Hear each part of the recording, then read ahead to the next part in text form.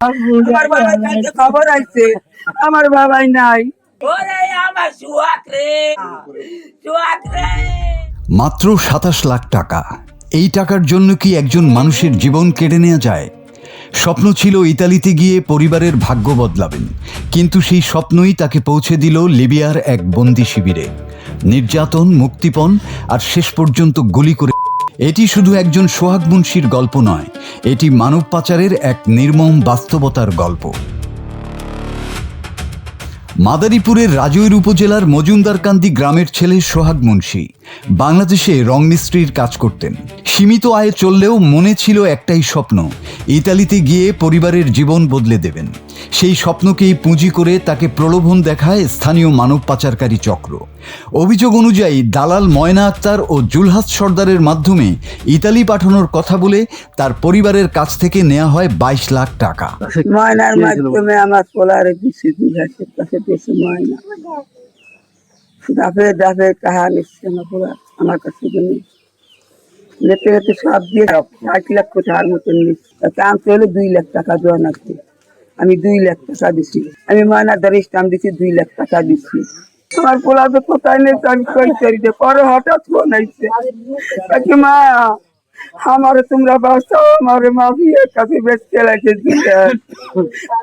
আমার বাবার কাছে খবর আছে, আমার বাবাই নাই। ময়না, এরপর জুলহাস, ঠিক আছে। টাকা মাঝে মাঝে চাইছে, টাকা দিছি।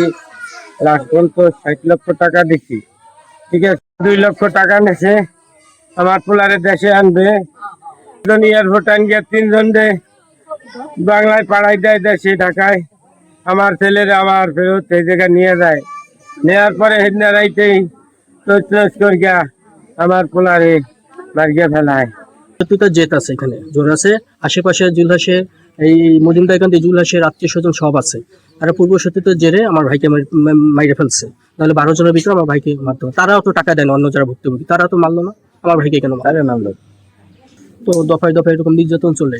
এখন যে ১৫-১৬ দিন মানে নির্যাতন এরকম চলে নাই, স্বাভাবিকভাবে চলছে। টাকা চাইছে, আমরা টাকা ধাপে ধাপে দিচ্ছি, একবারে পারি না, আমরা দিচ্ছি। ফোন দেয় না, কিন্তু আমাদের সন্দেহ হইলে কেমন যেন লাগলো। তা গতকালকে আমরা নিশ্চিত হয়েছি, পরে গত শুক্রবার মাইরা ফেলাইছে। ২০২৫ সালের সেপ্টেম্বর মাসে বাড়ি ছাড়েন সোহাগ, কিন্তু ইতালির বদলে তাকে প্রথমে নেওয়া হয় সৌদি আরব, এরপর লিবিয়ার রাজধানী ত্রিপোলিতে। সেখানে শুরু হয় দুঃস্বপ্ন। অভিযোগ অনুযায়ী একটি বন্দি শিবিরে আটকে রেখে তার উপর চালানো হয় অমানসিক নির্যাতন। সেই নির্যাতনের ভিডিও পাঠানো হয় পরিবারের কাছে। আমাকে শেষ ভয়েস দেয় যে আমার সকাল ৮টার ভিতরে হোক, যেভাবে হোক আমাকে টাকা পাঠাবি, নাহলে আমার ওরা মেরে ফেলবে। এভাবে আরো এর আগে আমার সাথে কথা হয়, আমাকে কল দিয়ে আমার এখানে যে মাফিয়ারা আমার লাইনে রাইখা ওরে মারধর করে, ওরে ইউজ পরিমাণে মারধর করে। সেটা মানে আমার লাইনে রাইখা যেভাবে হোক আমরা যদি তাড়াতাড়ি টাকাটা দেওয়া হয়। এবার টাকার ম্যানেজের জন্য আমরা চেষ্টা করতেছিলাম। গতকালকে আমার কাছে খবর আসে যে সোহাগ নাই, তাকে শুক্রবার হয়েছে। টাকার জন্য মানে আমরা এর সুষ্ঠু বিচার চাচ্ছি। আর জুলহাস এবং তার সাথে যারা তার সহযোগী যারা আছে তাদের সবারই ফাঁসির দাবি। আমার একটাই দাবি, তাদের সবার ফাঁসি হোক। আর না হলে জুলহাস সর্দারকে আমাদের জনগণের হাতে ছেড়ে দেখ, তার বিচার আমরা করবো। আর মারলো কি টাকা লাগলে আরো দিতাম টাকা। দাবি কি ওর যখন মার গিয়ে হেলাইছে তোর চাই, আর যারা যারা ওরে মারছে তাকে ফাঁসি চাই। প্রিয় সন্তানের আর্তনাদ দেখে অসহায় পরিবার একের পর এক টাকা জোগাড় করতে থাকে, কখনো জমি বিক্রি করে, কখনো ধার দেনা করে, কখনো আত্মীয় স্বজনের সাহায্যে। পরিবার জানায় ধাপে ধাপে আরও ৩৮ লাখ টাকা আদায় করে মানব পাচারকারী চক্র। এরপরও শেষ হয়নি নির্যাতন। বাংলাদেশে ফিরিয়ে আনার কথা বলে আরও ২ লাখ টাকা নেওয়া হয়, কিন্তু দেশে ফেরানোর পরিবর্তে গত ২৭ জুলাই আবার দাবি করা হয় আরও ২৭ লাখ টাকা।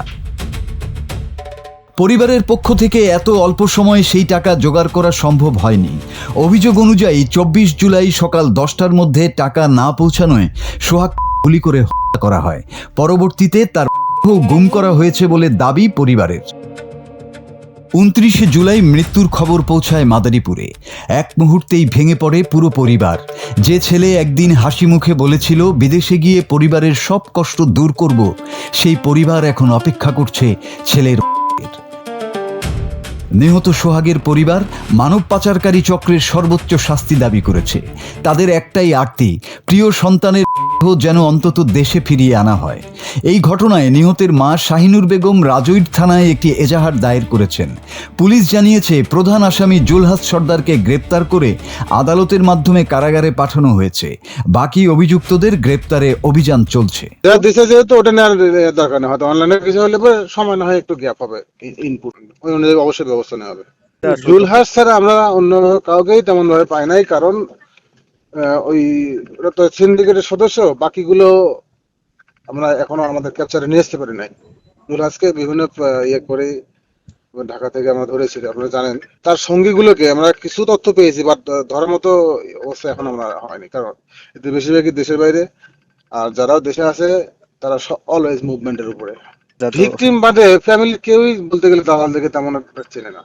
বেশি আমরা অনেক ক্ষেত্রে দেখতেছি লোকাল দালাল যদি না হয়, দেখা যায় রাজরের লোক গেছে হয়তো শিবসরের মাধ্যমে, ওই দালালকে চেনে, কিন্তু দালালকে ওই ভিকটিমই শুধু চেনে।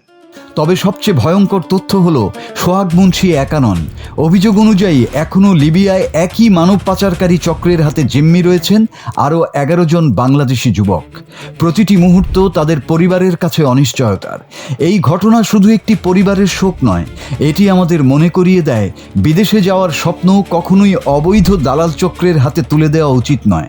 একটি ভুল সিদ্ধান্ত, প্রতারণা আর দালাল চক্র নিয়ে যেতে পারে একটি পরিবারের সব স্বপ্ন, আশা আর একজন মানুষের জীবন।